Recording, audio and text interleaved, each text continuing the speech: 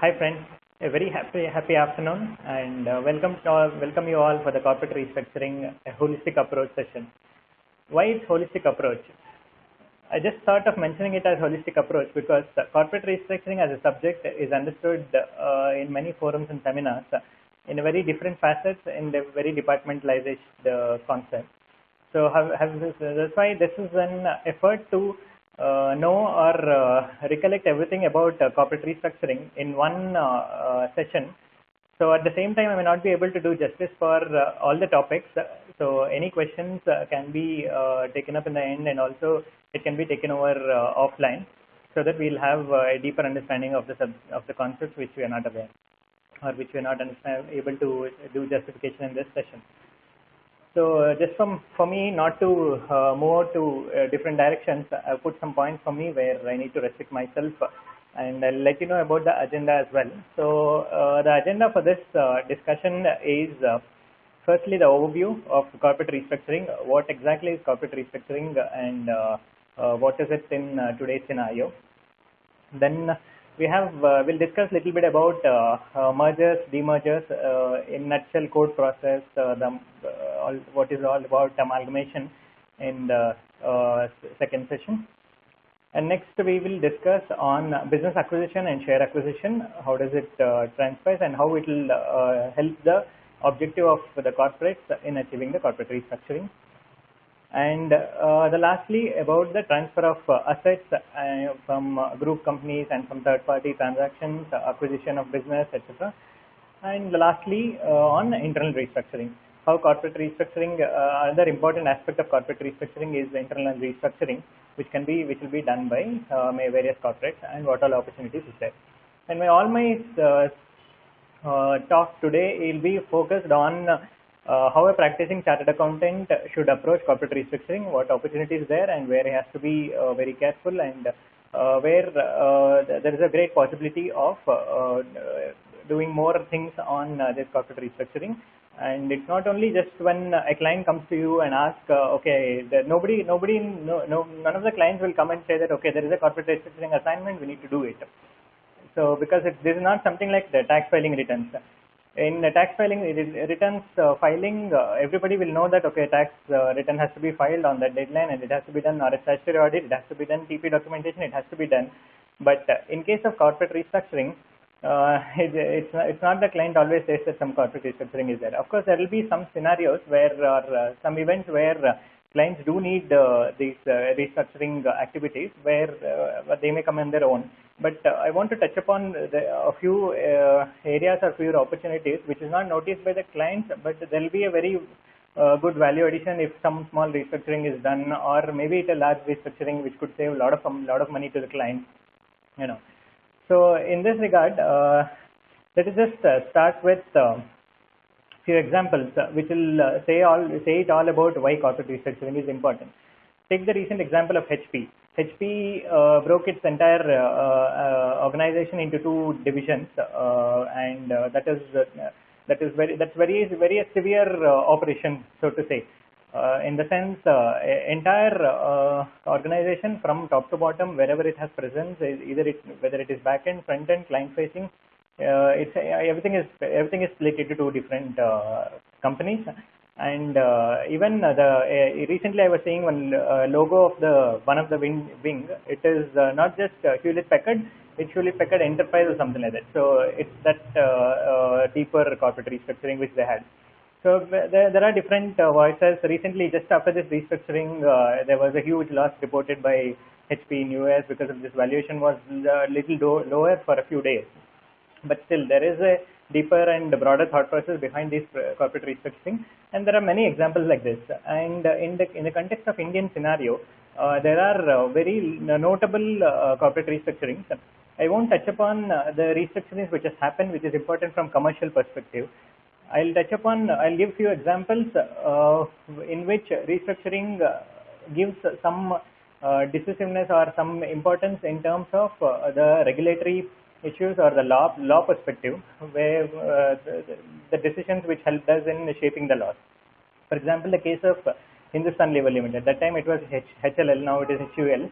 In 1975-80s, this case was decided by the courts in India on the amalgamation.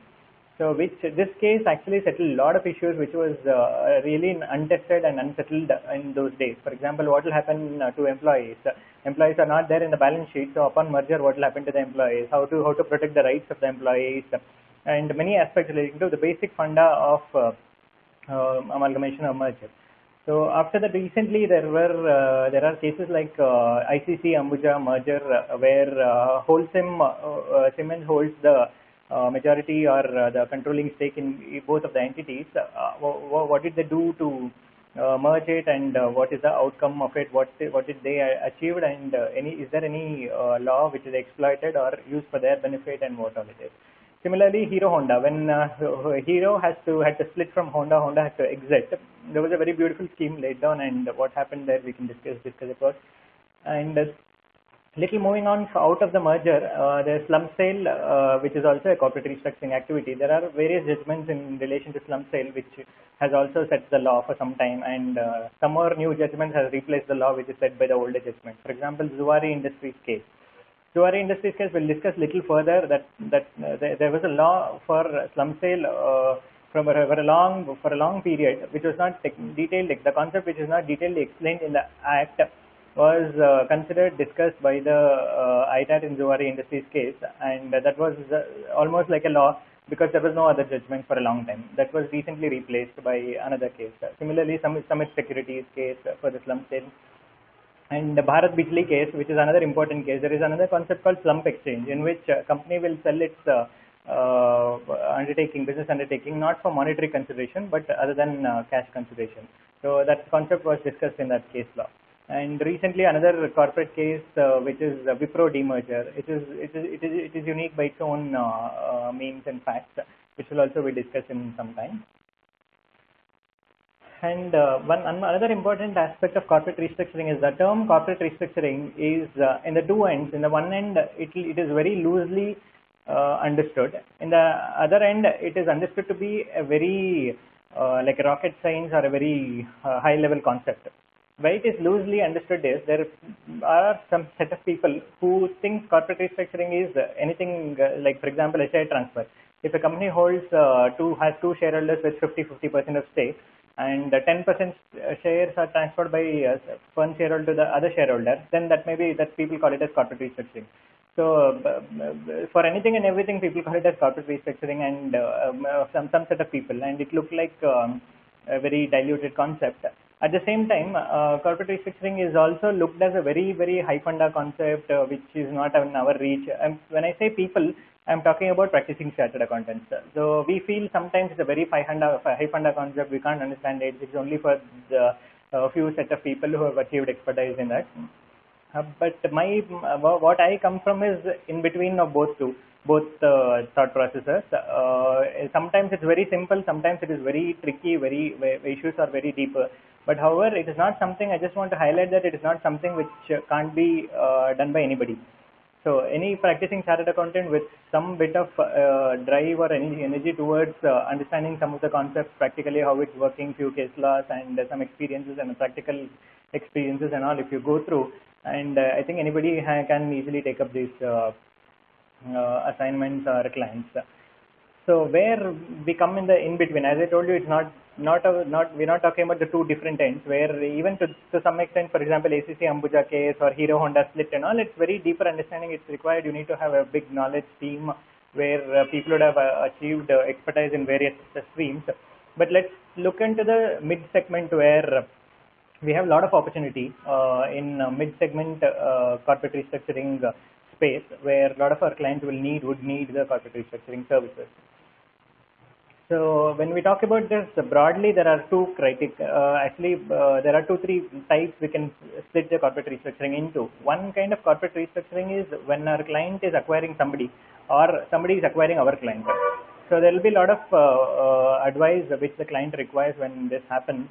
So a professional should be very thorough when we are advising a client about a structure. We should be very much aware about different practices which is already there in the place. Like, for example, merger, demerger, slump sale, asset sale, slump exchange, share allotment, all the things we should be very much aware before we advise the client about it. And when we are advising client on the other side, where somebody else is advising on the structuring, we need to approve or we need to provide our inputs on that.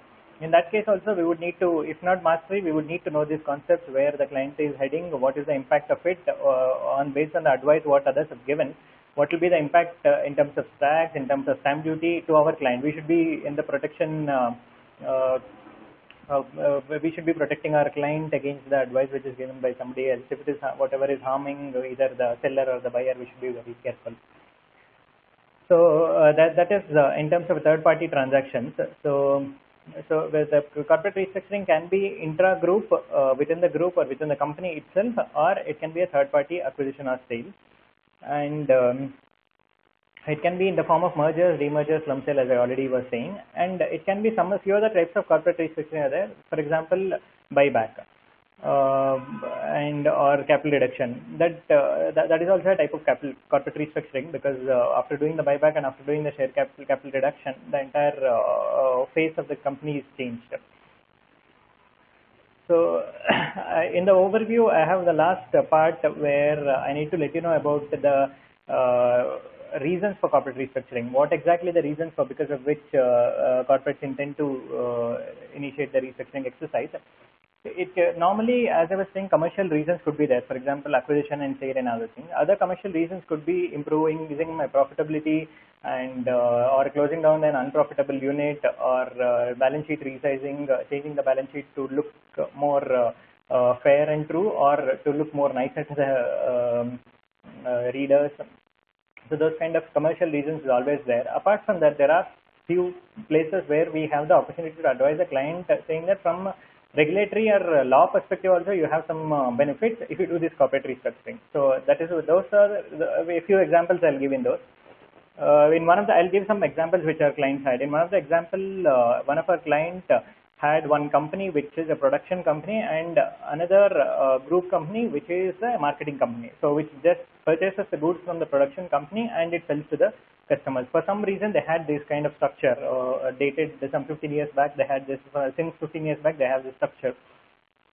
So in as some business development initiative, we were just reading the financials of the company. Then we realized one important thing: when this production company was selling the goods to its marketing company, and the marketing company will in turn sell the goods to the customers. In that process, as a group as a whole, they were losing out the benefit of excise, because the marketing company is not registered in excise, and for various reasons they did not want it to register under excise. And now the circumstances had changed, and they could also explore registering under the excise. So what we did was, instead of that being registered as an excise without having a factory and all those complications, we suggested them, why don't you merge these two companies? Once you merge these two companies, the same company is producing and same company is selling, you can use your SENVAT credit.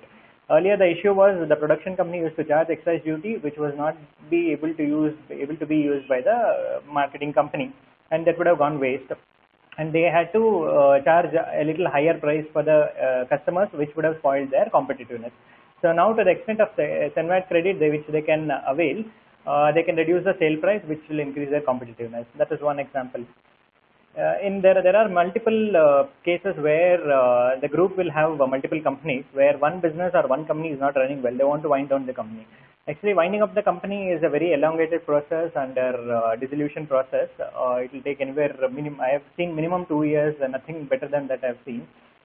So what we suggest is, instead of winding up, why don't you go for merger? You merge with another existing company. Anyway, whatever assets and liabilities are there, that can be sold off or discarded, and the balance company can be merged into your existing company.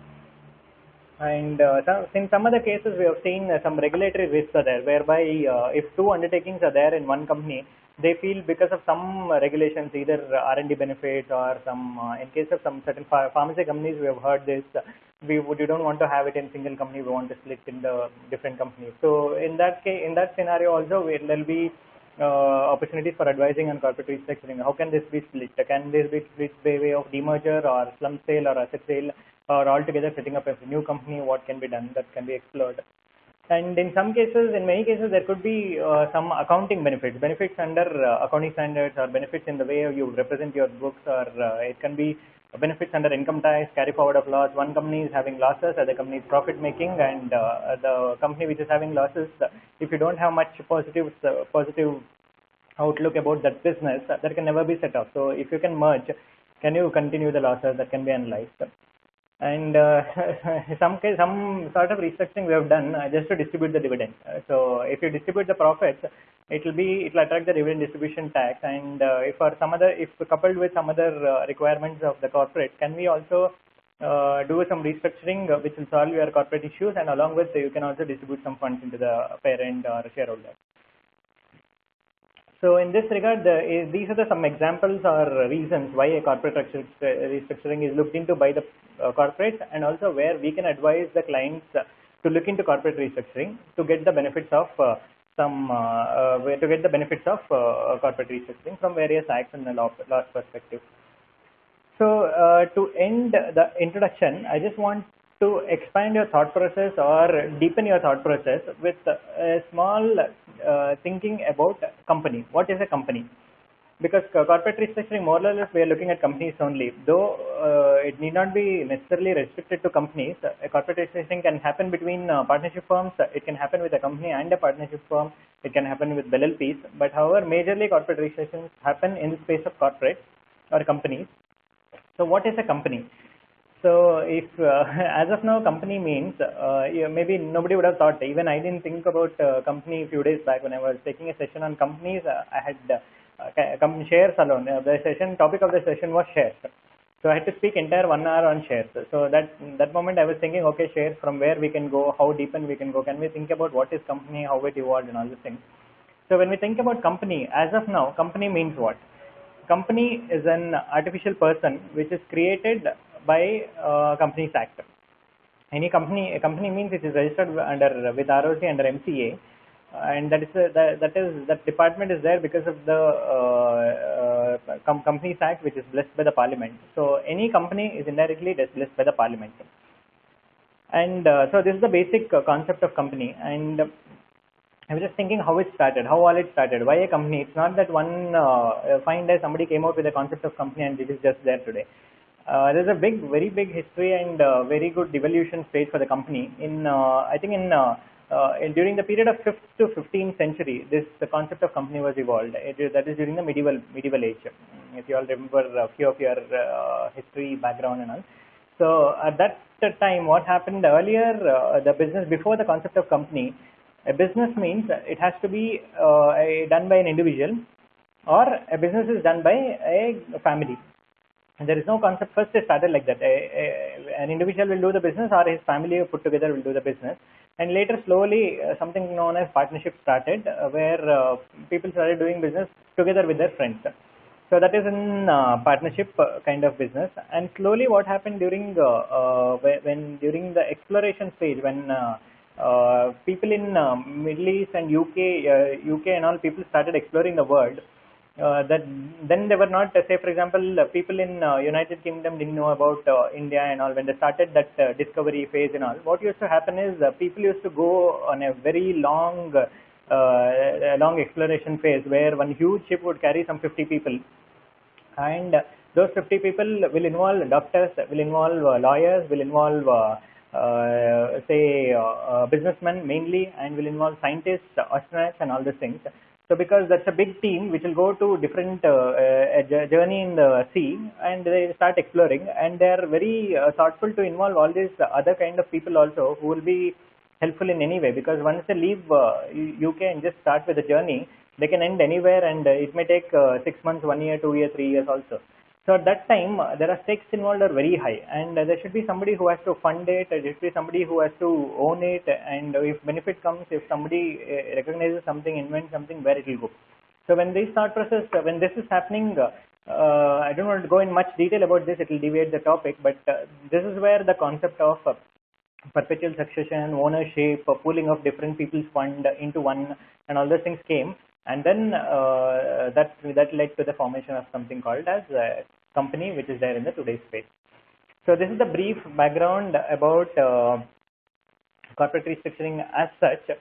So in slowly we'll just get into each of the concepts, like starting with merger, demerger, what exactly it is, what is the benefit, how it can be started, and all these things. So that in during each of these stages or each of these sessions, subsessions, we'll also see what as a practicing CA we need to do, and what we need to know, what we should be doing in the restructuring assignments. So slowly we'll start in now with firstly the concept of merger.